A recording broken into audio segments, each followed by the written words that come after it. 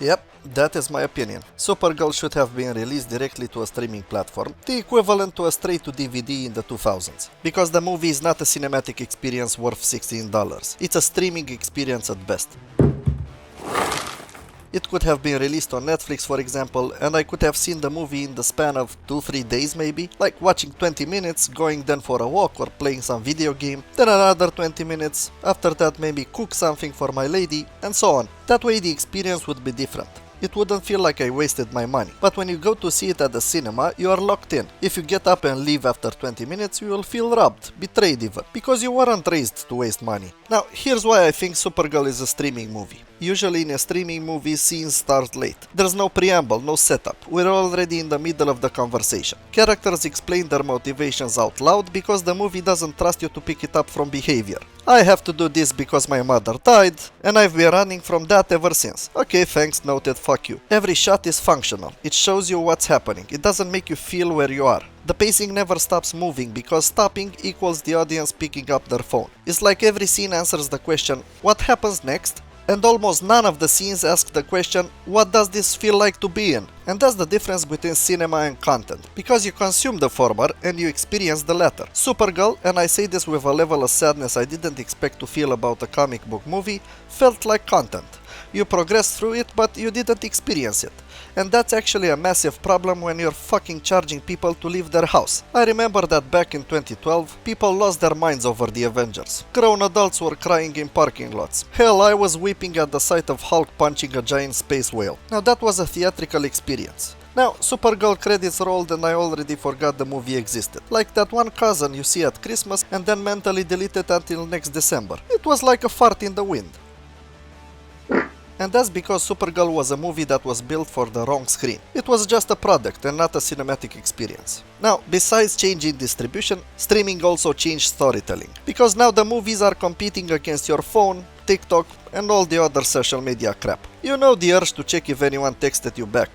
They didn't, but you'll check anyway. And then studios noticed and writers adapted. And the new rules are now, hook them in 30 seconds or die. Explain the character's whole deal immediately. Cut the scene the moment it stops being useful and never ever let the audience sit still and just feel something. Because they'll leave. And the result? Movies got frictionless, efficient, clean and easy to watch. But also somehow impossible to actually care about.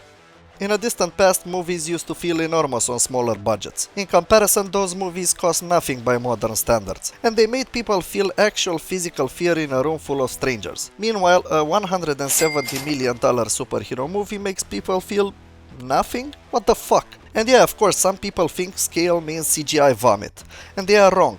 It means attention. It means the movie trusts you enough to wait. Remember when Spielberg hid the shark for so long that by the time you saw it, the audience has built their own version in their heads? Fuck man, that's confidence that audience won't bail. And also that not explaining something can be more powerful than explaining it. And modern franchise filmmaking is absolutely terrified of that approach. Because streaming taught studios that if an audience gets bored for even 20 seconds, they're gone. And they're not wrong about streaming. But they took that lesson and applied it to theaters, where the rules are completely different. In a theater, a little boredom can become anticipation. A long shot of a character doing nothing can make you lean forward in suspense or doubt. But that's only if the movie has the balls to let that happen. Supergirl doesn't have balls, just cock. And an action movie that never makes you uncomfortable is like a roller coaster that never goes down. What's the point of that?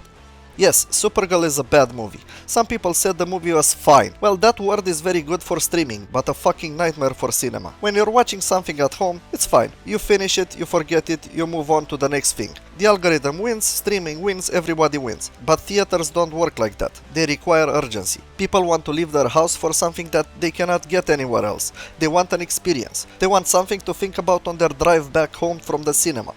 For most of cinema history, movies competed against other movies. You went to the theater because it was the only place to see it. And the competition was Jaws versus Star Wars versus Rocky. Now movies compete against infinite convenience. You can stay at home. You can watch literally anything ever made. You can pause, rewind, jerk off, and then hit play again. But we want something big, in the I cannot get at home sense. And studios don't fully understand that yet. They're still making content for cinema that should have been made for streaming. Now, do you think Supergirl deserved to be seen at a big scale?